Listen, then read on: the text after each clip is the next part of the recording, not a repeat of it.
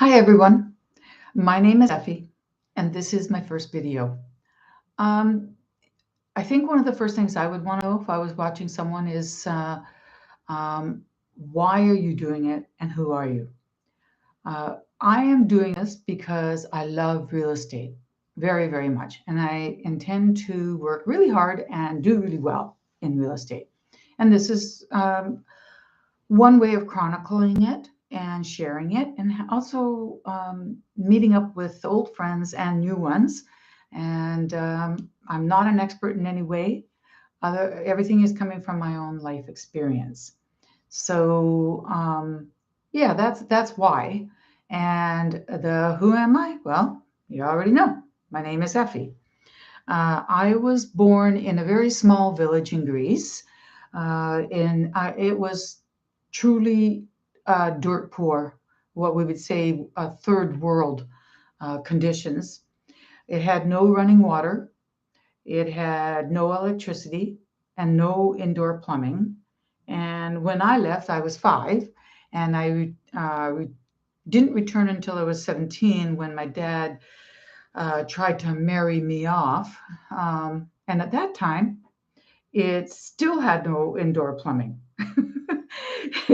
It had some electricity and some running water. But if the village up the stream was using the water too much, they didn't get it down there. And the electricity was iffy. So basically, it was definitely dirt poor. I emigrated to Vancouver, Canada, and we traveled for 12 days by vessel before we reached Halifax. In the States, people went to Ellis Island. In Canada, they went to Halifax to have their head checked for lice and blah, blah, blah. And and I was given a crew cut to let the officers know I don't have lice. Anyways, we traveled by train to Vancouver.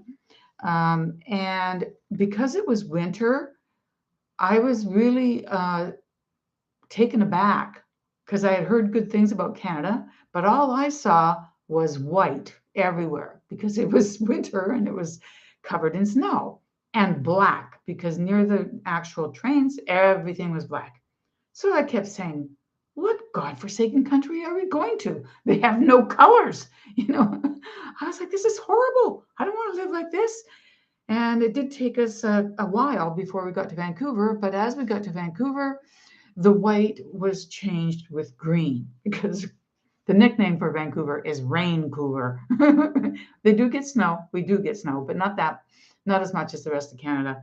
And I was just so relieved that we actually had some green. I was like, yay, we've got green. Anyhow, um, so you understand me a little bit better. You should know that I grew up in an abusive home, especially with my father, who was proudly racist and homophobic and, of course, misogynistic. So, in his world, Greek men ruled. Everybody else was garbage. And fortunately for him, he had a son who was older than me, my older brother, and he was worshipped. Um, Girls were useless, women were useless. So I was the oldest daughter. So in many ways, I was the oldest born because I had the responsibility because my brother did not. And I had a younger sister who was scared stiff the whole time. I was pretty scared too. But fortunately, my father worked in the northern tip of Vancouver Island. And for those of you who don't know Canada as well as you think you do, pull out the map and take a look at Vancouver and then Vancouver Island. Okay. Vancouver Island is like a fourth the size of California. It's a long ways off, thank God. And he worked there for 50 out of the 52 weeks a year. So he basically wasn't home because he could make a whole lot more money. And he would send the money to my mom, who also worked and was. Mom never went to school. She never went to one day of school, and Dad only went to grade 3. So they were totally uneducated. They did have a lot going against them, but My father had choices, and he sure made them. Anyhow, my mom ruled with a iron hand, and I think we all look at our lives with some clarity on certain decisions we've made and moments that were important. And a very pivotal moment of my life came when I was 6. I'd been in Canada for a little while and had just started school and started to make friends. And I was outgoing, and um, I had friends, and I got to go to their houses because my mom worked until like 5 or 6. So why not, you know? And what I saw was that there's a stark difference between the Western culture, Canadian culture, and the Greek culture. I kept looking at how I was being treated and how my friends who were girls were being treated. Of course, I could never go to a boys' house, it had to be only girls. But I did see the interaction with their brothers, and I saw that they got flack as much as the girls did, pretty much. And it wasn't a free pass if you were a boy. And how I had to do all the housework. I had to take care of my little sister. I had to kowbow to my brother. I had to help my mother. Um, and be um, demeaned for being a girl and being told I can't do anything right. I can't do anything good. I realized that being Canadian was better for me. And, when I say housework, it's like a housework job. On Saturdays, I had to spend from uh, 6:30 in the morning until 2 in the afternoon baking bread. Which I like bread, but and the house smelled nice, but it was a lot of work because I had to bake about 13 loaves so that it would take us through the week. Anyhow, we were living in a house that my dad had bought. And the first thing I learned about real estate is that if you hack it, you're going to get more. So they had changed it into a duplex. And I thought, well, that's pretty clever because we now have some money coming in. And my mom was working in a shirt factory, and she was pinning shirts to the little wooden cardboards that they used to put them in inside of plastic bags. And she got paid by the pin. So she'd come home sometimes and her fingers would be like just filled with holes. And if she got blood on that shirt, she had to buy the shirt. Poor mom, totally abused. Anyhow, she decided we needed to get more houses. So first she tried to recruit my brother, but my brother wouldn't have anything to do with it. He just, I'm not going to be a looky-loo. And I was like, neither am I. And she's like, oh, yes, you will, because she couldn't speak any English. So from the age of about 11 to 14, I started my first trip into real estate. Mom and I would go and see every single house in our immediate neighborhood. As soon as the sign went up, we would, phone, or we would knock on the door and we would say, we want to see it. And I didn't like it at first. I was like, oh my God, this is so embarrassing. It's such a drag, blah, blah, blah.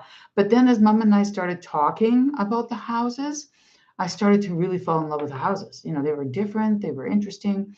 And I started to compare them, and we started to comp houses intuitively. We would look at the roof, we would look at the heating system, we would look at the plumbing system, the electrical, the space, the yard. Could we make it into a duplex if it wasn't already?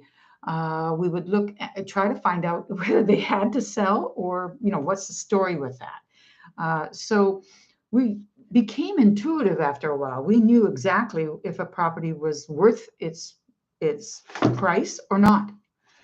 So this was an important thing. And unfortunately, we had moved into an area where a lot of Greeks were moving into that area, but there was still more racism back then.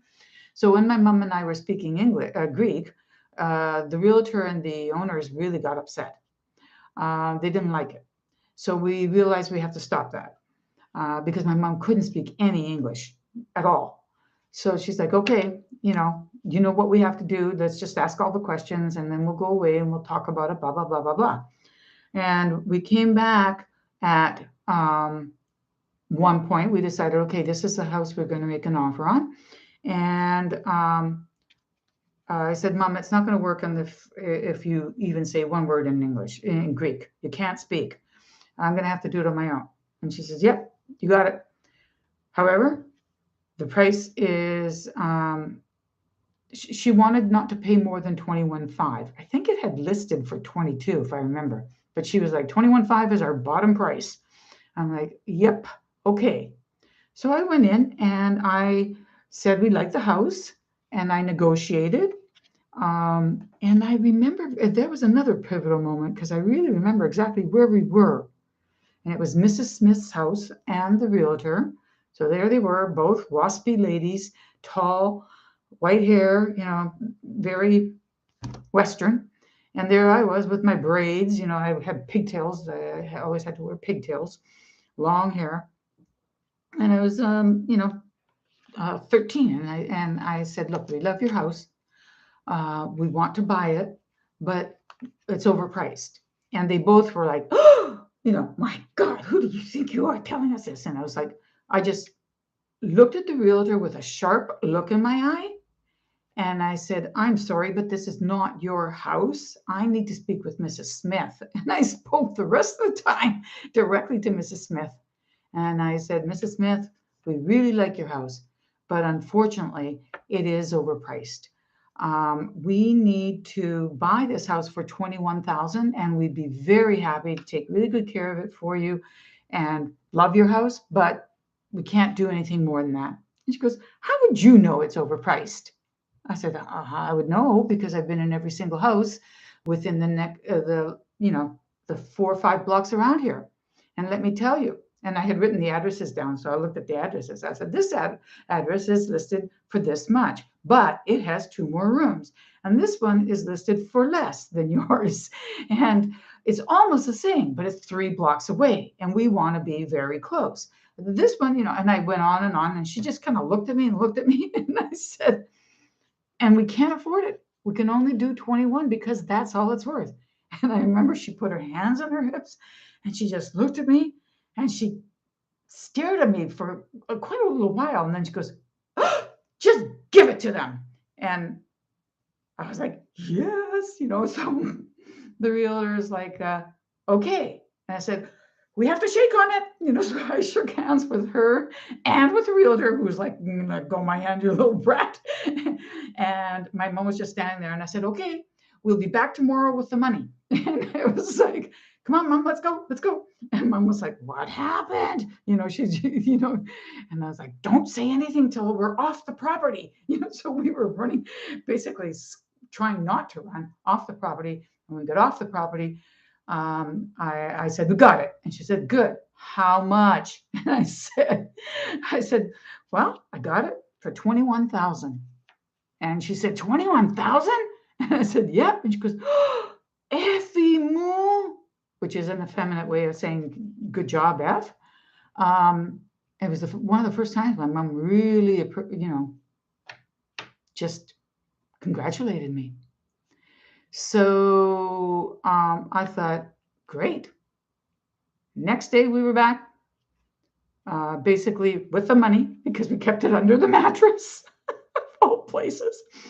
And, we got the contract written up and that was the first house.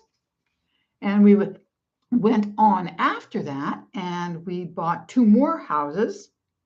And each of them had been family homes, which we divided into duplexes. The one that was Mrs. Smith's, we ended up eventually dividing it into a 4-plex.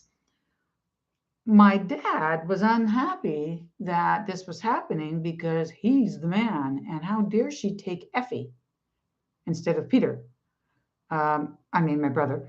Anyways, the point is that poor Mom got hit every time Dad came home and there was another house that had been purchased. How dare you do this?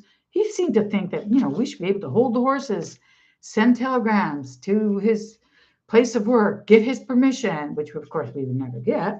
And we're like, dang, I couldn't believe he was hitting her and the beatings she got, and I would hide. And I said, Mom, why are we doing this if you know you're going to get a beating? And she said, because your father is an idiot, and this is going to be good for the family, and we're going to do it. You got it? And I was like, okay. And he beat me a lot, but I just learned to run like crazy.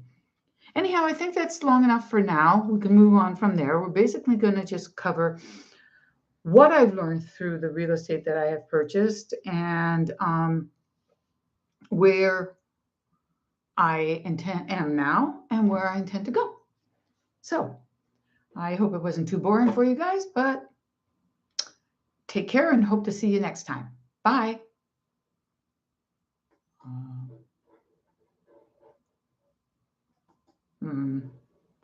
Oh, okay. Bye, everyone.